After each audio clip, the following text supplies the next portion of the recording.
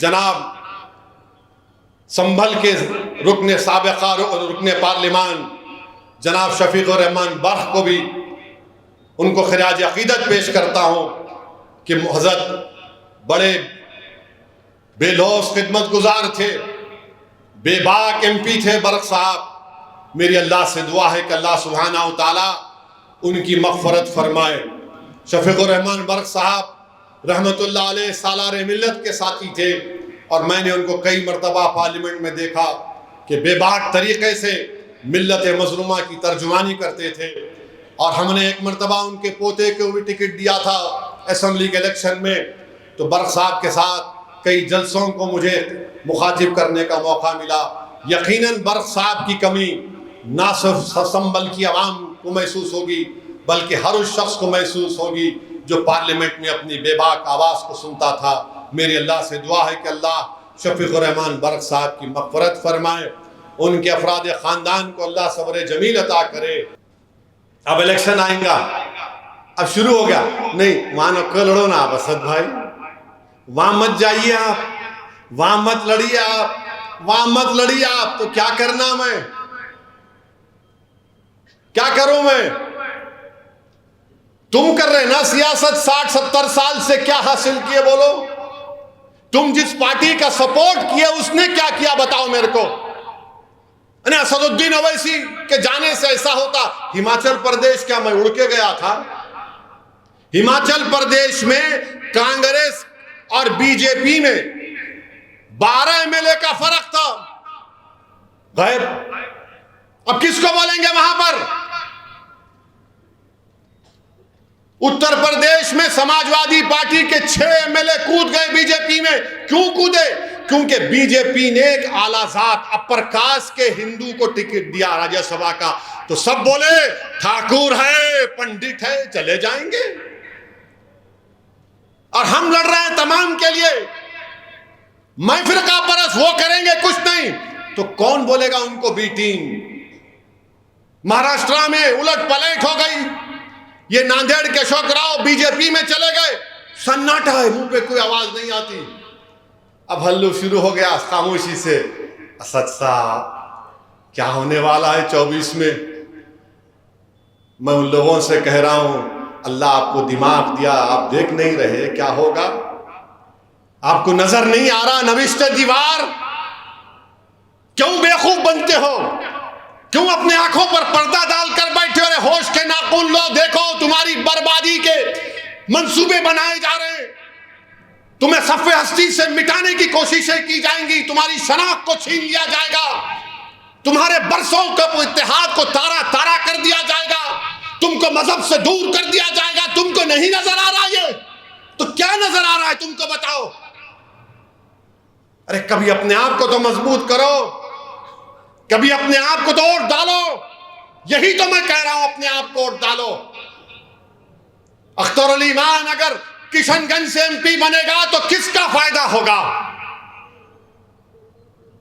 इम्तियाज जलील इंशाअल्लाह दोबारा MP बनेगा तो किसका फायदा होगा बताओ? असदुद्दीन ओवैसी दोबारा अगर हैदराबाद का MP बनेगा तो मेरा फायदा होगा?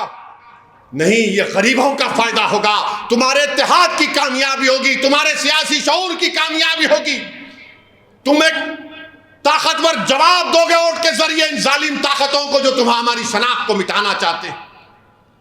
तो मेरे अजीज दोस्तों और बुजुर्गों, यही पैगाम आपको देना था आज यौम तासीस के दिन।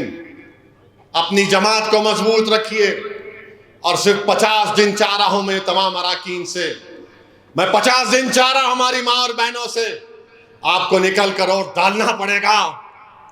याद रखो मेरी इज्जतदार माँ और बहनों, दलितों, मुसलमानों, गरीबों, बेरोजगार नौजवानों, तुमको वोट डालना पड़ेगा।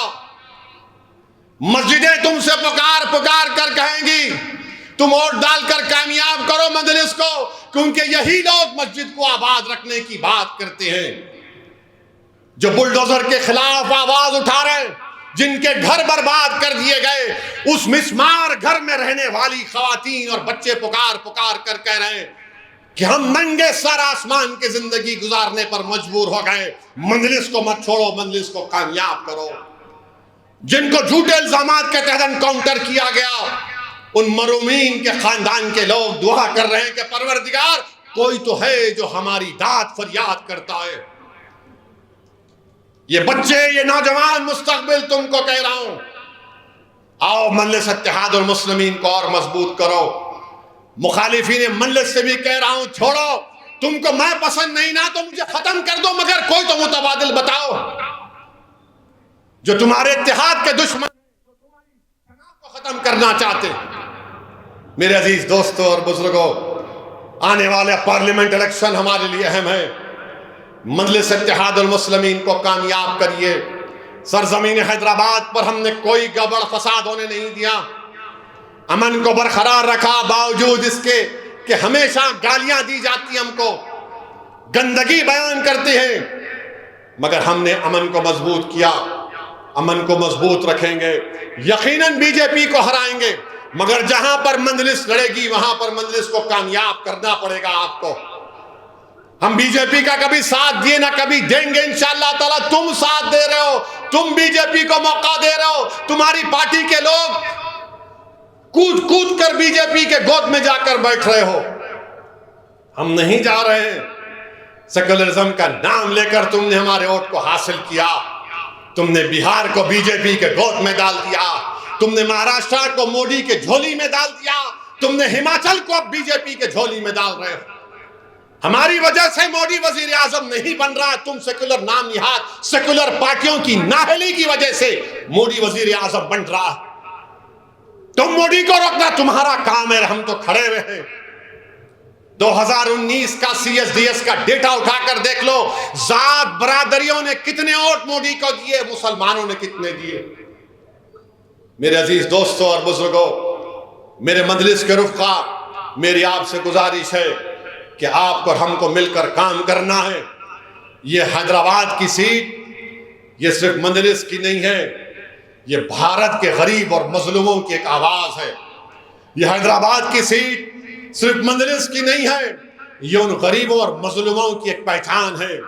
ये हैदराबाद की सीट सिर्फ मजलिस की नहीं है, बल्कि भारत के उन गयूर लोगों की, उन बेबस लोगों की एक आवाज है जो चाहते हैं कि भारत की पार्लियामेंट में उनके जज्बात की तर्जुमानी करते रहे। ये हैदराबाद की सीट सिर्फ तुम्हारी नहीं है, भारत के उन गयूर नौजवानों की एक आवाज है जो ये समझती है कि हमारे ख्वाबों को पूरा करने की एक आवाज भारत की पार्लियामेंट में, हैदराबाद हो, औरंगाबाद हो, सीमांचल हो या देश के कोने में कहां पर हो, वो आवाज उठे। तो मेरी आप तमाम से गुजारिश है कि मजलिस को मजबूत करिए। और मेरे अजीज दोस्तों और बुजुर्गों, आइए इस पैगाम को लेकर उठिए कि हम आने वाले पार्लियामेंट के इलेक्शन में एक होकर अपनी आवाज को पार्लियामेंट में भिजाएंगे, बीजेपी को रोकेंगे, तीसरी मर्तबा मोदी को वजीर आजम बनने से रोकेंगे। यही हमारा पैगाम और रस्म होना चाहिए।